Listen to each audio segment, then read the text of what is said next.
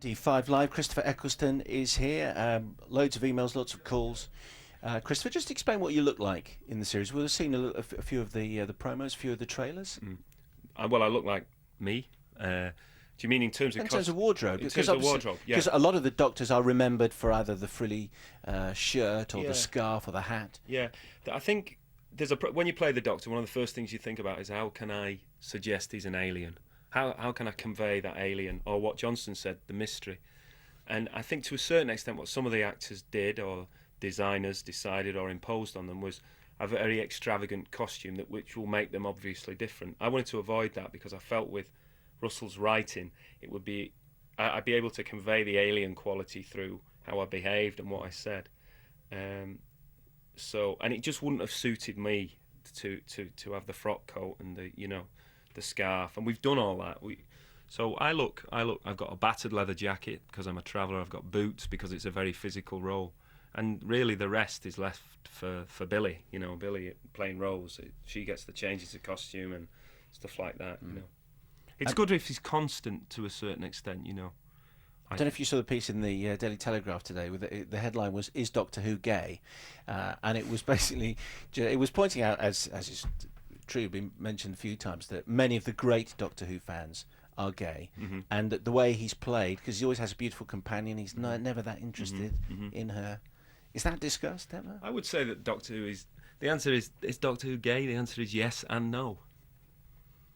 What does that mean? Well, it's Johnston's mystery. Okay, well, I suppose you're an alien, and so he's an alien, so you're just as likely to be attracted to a... human sexuality is not an issue to him. And that's one of the great things about playing him, actually, and one of the reasons I'm so passionate about the series, particularly when aimed at 8 and 12-year-olds, is that kind of thing doesn't matter. If the Doctor met a gay person, there would be no aggression, there would be no... that if he meets somebody or something that is different from him, he welcomes them with open arms, and that kind unless they're trying to kill him. Well, that's the thing. That's the beauty of playing him. Is he's in episode 3, for instance, the Gelf, who appear to be appealing to his better nature. He gives them a chance, and they actually turn out to be villainous, and he wipes them out. I mean, that's the beauty of playing him. He can be a brutal pragmatist, but basically he's very accepting of all life forms. And there's an interesting tension between Rose and the Doctor whenever she says, "Oh, they're aliens. Oh, they're so alien." And he'll turn around and say, "Well, so am I. And you're spending loads of time with me. What's wrong with alien?" It's quite a clever, powerful message, actually. And if that's in there for 8 to 12-year-olds, I think that's excellent. Here's a question from William in Bournemouth. Hello, William. Hello. Yes, sir. Just wondering, in the new series, have you incorporated any of the old creatures into the new series? Yeah, we've got the Autons in episode 1. Alright. And we've got the Daleks in episode 6 and possibly elsewhere. Okay. And we've got a lot of new ones. Mox of Balhoun, Slitheen. Hang on, take us through them one by one. The Mox of what? We've got the Mox of Balhoun. We've got the Gelf. We've got the Slitheen. We've got Cassandra. Oh, what else have we got? Well, there's 3 or 4 to start. William, how old are you, sir? I'm 15. 15. Presumably you're a Doctor Who fan through watching it on videos and things like that. Who got you into it? My dad. And who's your favourite? Doctor Who himself. The second one. The second series of Doctor Who. Is that Tom Baker? Yeah. Well, he was the third. He was the fourth, actually. The second was Patrick Troughton. Third was John Pertwee. Oh, okay. So if you like the second, you're a Patrick Troughton fan? Yeah. Oh, Patrick Troughton. Yeah. Yeah, he's the one I remember first. So this is Christopher's question to Johnston earlier. What is it about the Doctor that appeals, William? Well, it's just the way that he deciphers things. He gets the situation and he incorporates it into his brain so that he sees what is actually happening. And when there's an alien in the story, which there normally is, he comes to a decision, and I just like the way he finds clues, and then he sees and how he destroys the monsters. So it's his intelligence. Yeah. His intelligence and his mystery, that's what we've had so far. William, thank you. Thank you. 0500 99693. You mentioned wobbly sets earlier. Dennis Lacey says, surely the cheesiness of the show was part of the appeal. It never crossed my mind, for example, that the Daleks couldn't climb stairs. I love the show. I'm looking forward to it, but unfortunately, as I live in New York, I'll have to wait a long time to see it. People didn't... I never had a problem. I never thought it was cheesy. Maybe what you're suggesting is... you're talking about children watching Buffy and things like that. Children's taste is a lot more sophisticated, and you wouldn't get away with it. It's a lot more sophisticated in terms of the surface stuff, but I think what will always appeal is the kind of the innocence of that's at the heart of the series, of this guy who loves travelling and loves having adventures.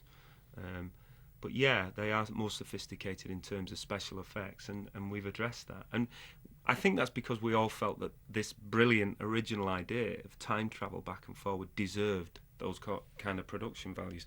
And Russell's and the other writers, because there are three other writers involved, imagination deserved that as well.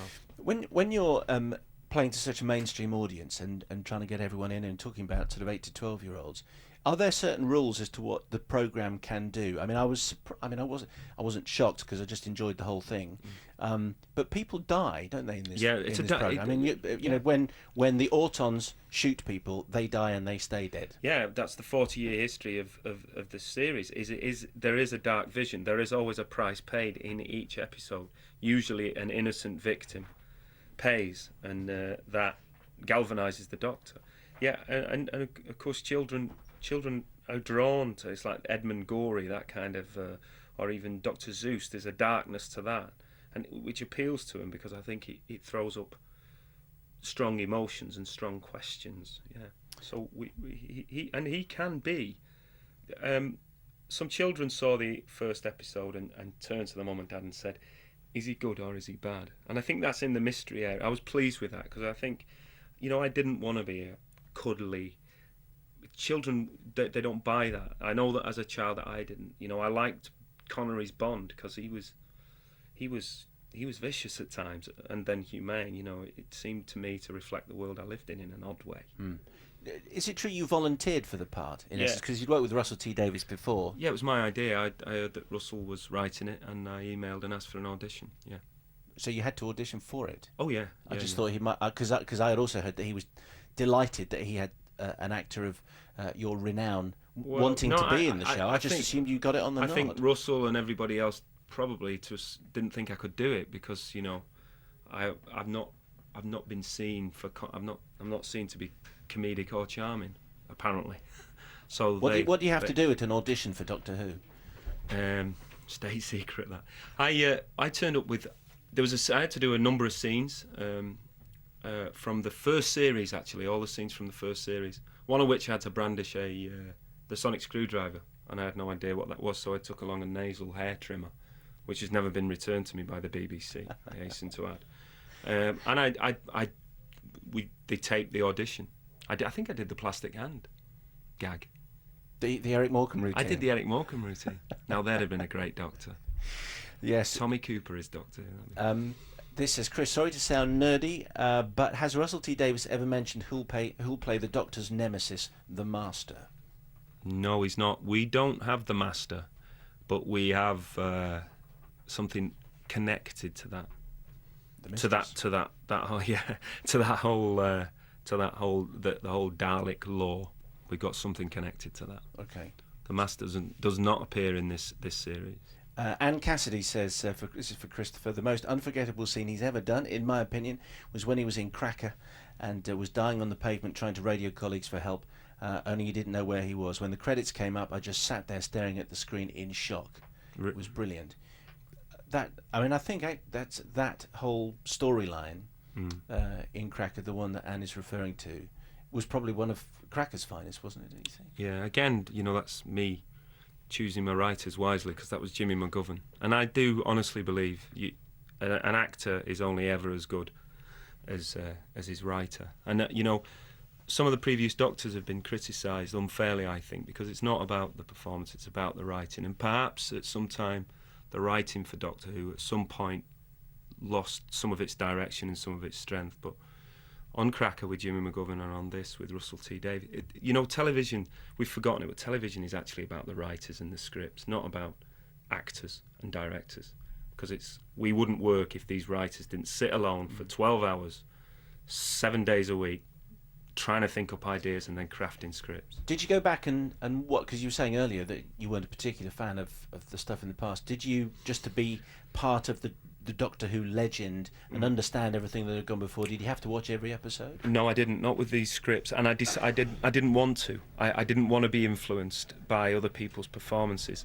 I watched episode 1, the one that was broadcast a year before I was born in '63, which is a fantastic and original piece of television.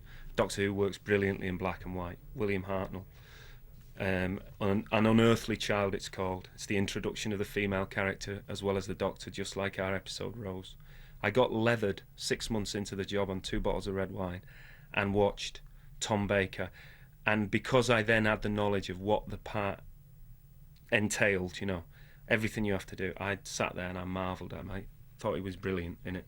Because at that point I knew about the actual physical demands of doing it, being in every scene, learning the lines, but then having to deliver pseudo-technological jargon, be the engine for the plot, but also try and be amusing and in the moment and instant. And I watched him do it, and I thought that is a brilliant Doctor. Does he need an assistant? I know a he companion. always has one. Yeah, because the companion Rose, played by Billy, is our hearts and minds and eyes and ears in the way that perhaps Leslie Sharp was in Second Coming, with me playing the Christ character. Rose is us, is the 8 to 12-year-olds, the 40-year-olds. She's us. We see the Doctor and the Doctor's world through her eyes and feel what she feels. Yeah. So he does need a companion. From Christ to Time Lord. Yeah. Christopher Eccleston is here. We'll do a few more minutes the other side of the news. Loads of emails to get through. We'll get through as many as we can with Christopher. 5